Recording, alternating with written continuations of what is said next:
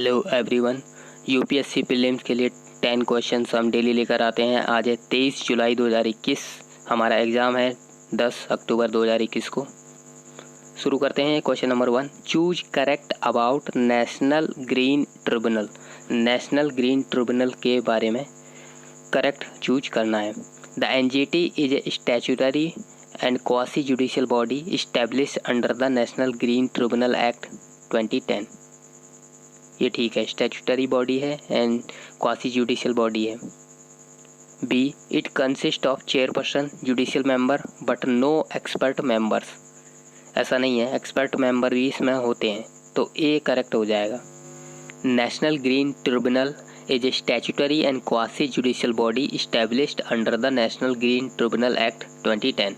It aims for effective and expeditious disposal of cases relating to environmental protection and conservation of forest and other natural resources.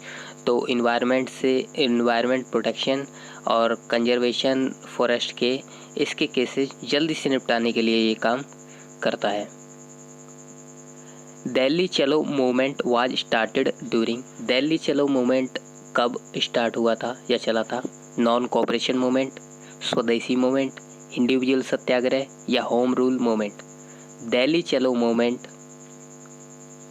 हुआ था individual सत्याग्रह जब launch किया था गांधी जी ने।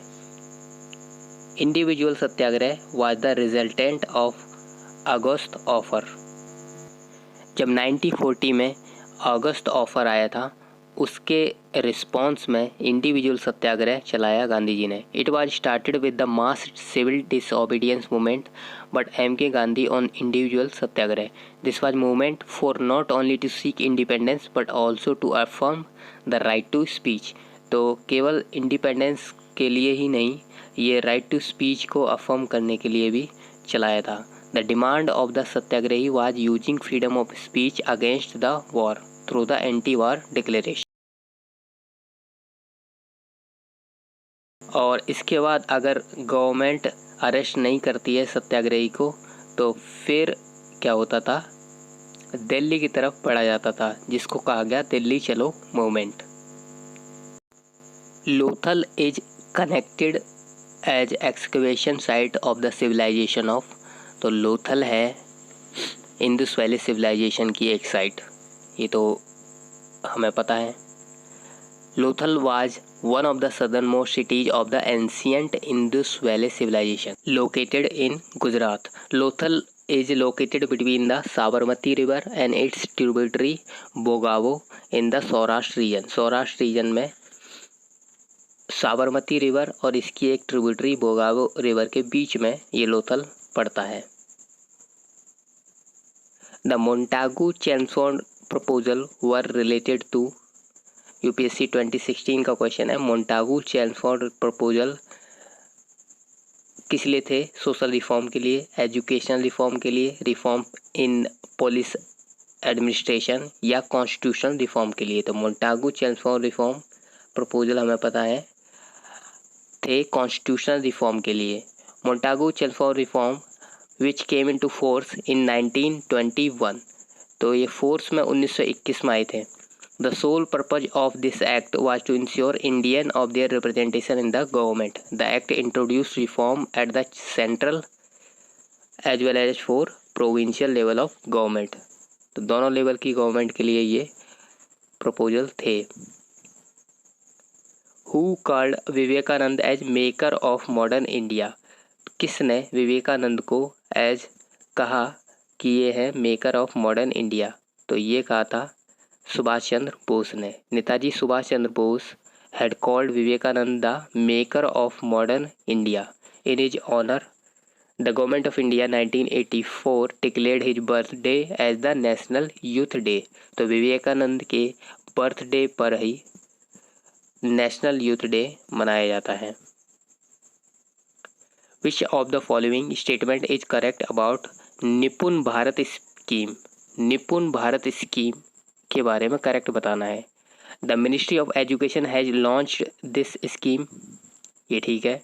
It aims to cover the learning needs of children in the age group of 16 to 23 years.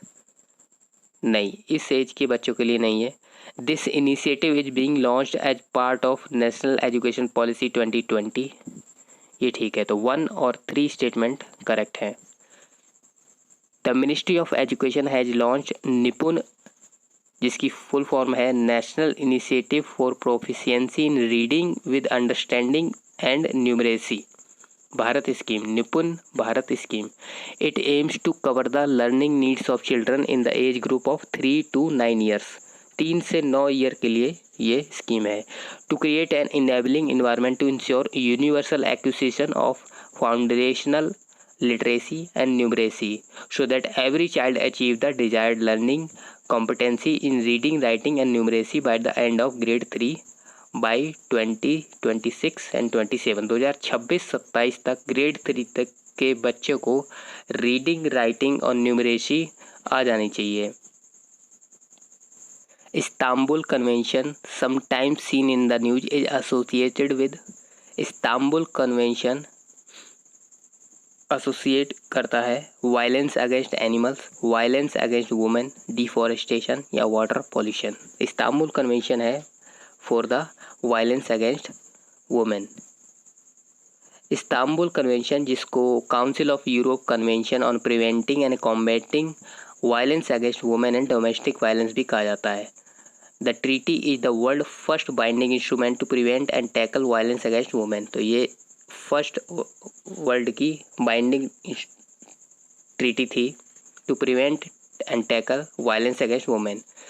नवंबर 24 को 2011 Turkey became the first country to ratify the Istanbul convention. Turkey जो है first country बना जिसने Istanbul convention को ratify किया, और Turkey ही अभी जो है इससे बाहर आ रहा है despite the alarmingly high rate of violence and femicide in the country में इतने ज़्यादा वायलेंस के केसेज हो रहे हैं अगेंस्ट वुमेन, इसके बावजूद भी टर्की बाहर आ रहा है।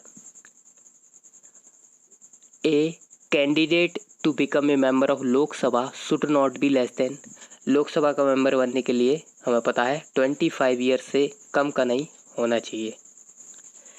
ए person must satisfy all following condition to be qualified to become a member of Parliament of the Lok Sabha. He or she must be citizen of India, must not be less than the 25 years of age, and must be a voter of any parliamentary constituency in India. तो ये 3 condition होनी चाहिए। 25 year से नीचे का नहीं होना चाहिए।